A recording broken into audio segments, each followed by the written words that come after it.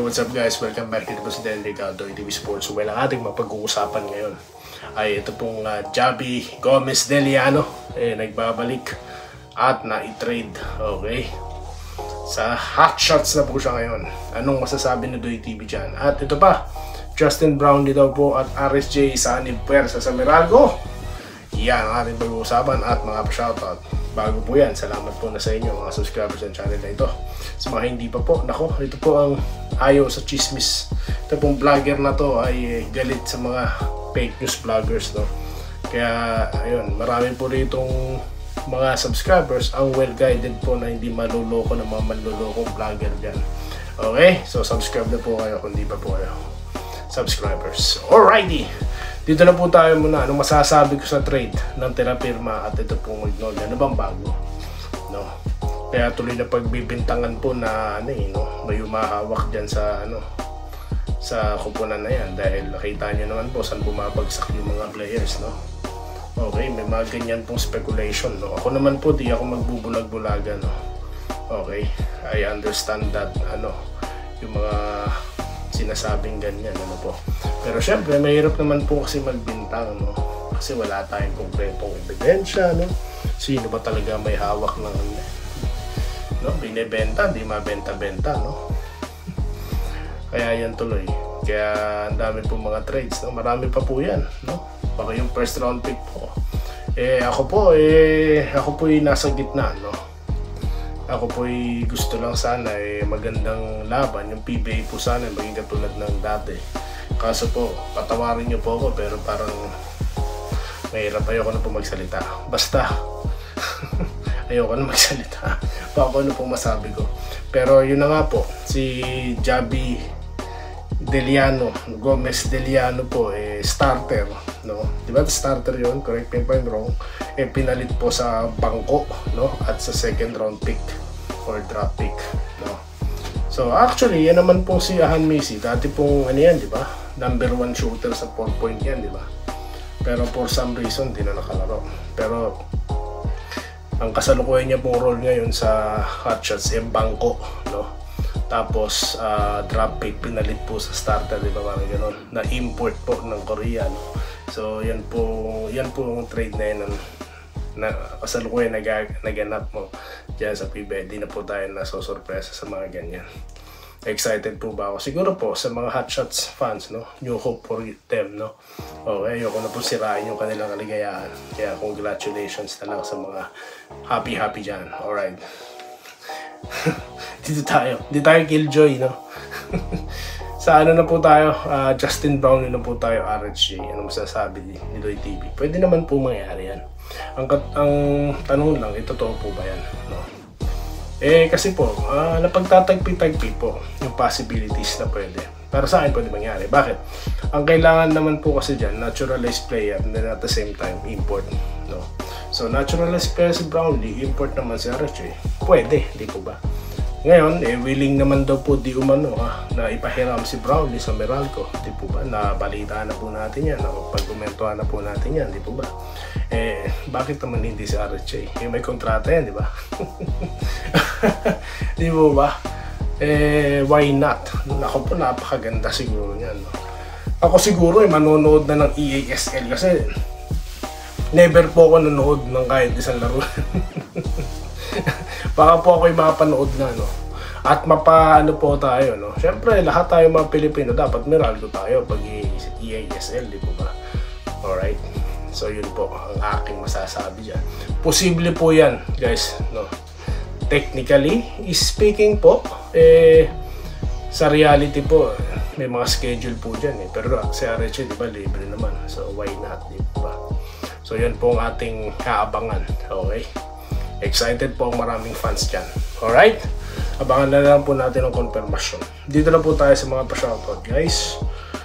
Alam ko po, marami nag-aabang sa inyo, no? Inaabangan niyo po si Doy TV sa aking masasabi dyan. Marami po ang gustong sabihin, no? Kasi po, hindi pwede sa harapan ng camera, no?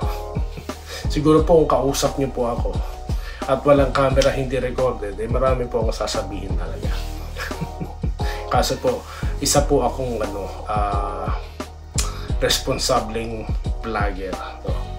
Okay. Alright, dito na po tayo sa ating mga pa-shoutout, no? Habang naglo-load po ang aking cellphone, pa-shoutout po muna, ha.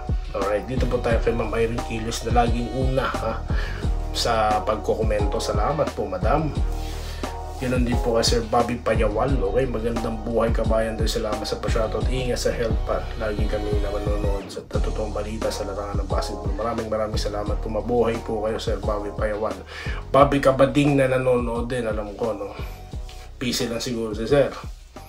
Okay, shoutout po sa inyo. Ramil Raimundo, nag-good-day. Maraming salamat kabayan din sa mga pa-shoutout. Sa mga tamang impormasyon sa larangan ng sports, maraming salamat din po. Mabuhay po kayo. Siyempre, kung may Ramil Raimundo, may Ramil Gonzaga na taga-Taytay, ano po, na busy sa kanyang hanap buhay, ha? Ano po kayo, mabuhay po kayo. Pag-iingat po kayo, sir. Good luck sa inyong trabaho, ha? Okay? Dito po tayo kay Sir Enrique Rivero.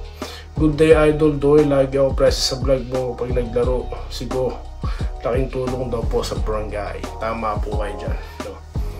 Malaking bagay po yan, no? Tarsio Paramo, Idol, may tatanong lang ako, kailan po ba mag-umpisa ang PBA? Ang nabalitaan po natin is October, no? October 5. Okay, yan po ang ating huling impormasyon, no? Okay, October po magsisimula ang PBA. Alright, Joseph Pineda doon, dito na pala, sir. Good day and happy weekend, Idol Doy. Present pa rin po about Isago kabang po ang pagbabalik niya at pagpasok ulit ni Paul Garcia sa lineup. Yeah.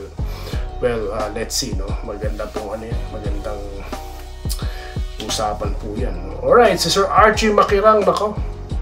Shoutout tropa sa next vlog mo, dito na po yan, no? Shoutout po kay Sir Archie Makirang, solid viewer po natin ito. Edwin Transporte, nagugod ayan, nagpapa-shoutout. Buhay po kayo. Ramil Gonzaga ulit nandito, sir. At si Ma'am Minerva Jaba. Okay, daming fake news regarding trades, pero sa inyo lang kami naniniwala, sir. Huwag po kayo maniniwala sa mga, yung iba po matitigas ang mga kapalang mga pagbumukha, no? May update pang nalalaman, fake pangalan na niya, content ng channel niya, update, pero fake news naman, no? Grabing tibay ng mukha, wala po kasi mukha talaga. Wala po yun, biruin nyo, AI yung boses, di ba? Wala, marami po kasi nahuhumaling na Pinoy sa mga ganyang klase ng vlog, Alam niyo po, dito sa abroad, di naman uso yan, sa totoo lang. Wala akong nasasagap na mga ganyan dito sa kasi po ang mga tao dito hindi nyo mapapaniwala sa mga ganyan, no? Talaga po kasing mataas ang nila, alam mo yan? Siguro sa education na rin po, kaya grabe po, highly competitive po talaga dito. Hindi po pwede katulad dyan sa Pilipinas, no? Mga politiko natin nagtatanga-tangahan, no? Kunyari hindi alam yung mga nangyayari, no? Mga po yan, mga abogado po ng iba dyan, no? Pero yan po nangyayari. Dito po sa abroad, hindi po uubra yan.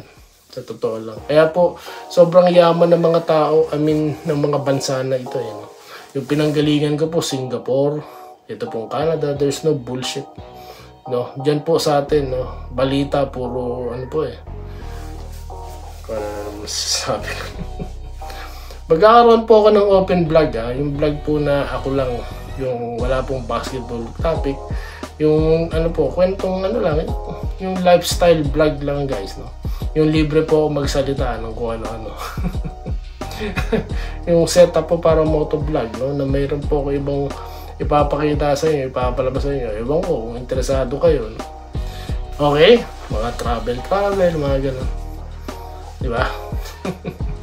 Alright, so salamat po, Naku po, babalikan ko po mga hindi nabanggit sa pa-shoutout na ito. At ayun po, susunod po na content, promise, no? Babanggitin ko na kayo. Maraming salamat sa inyo lahat. At yun po, stay safe po, guys. Magandang weekend po sa inyo, no? Mag-iingat po kayo dyan. Salamat po at stay safe po, guys. Maraming salamat sa inyo lahat. Salamat po sa panonood. Subscribe na para sa mga susunod na basketball at boxing videos.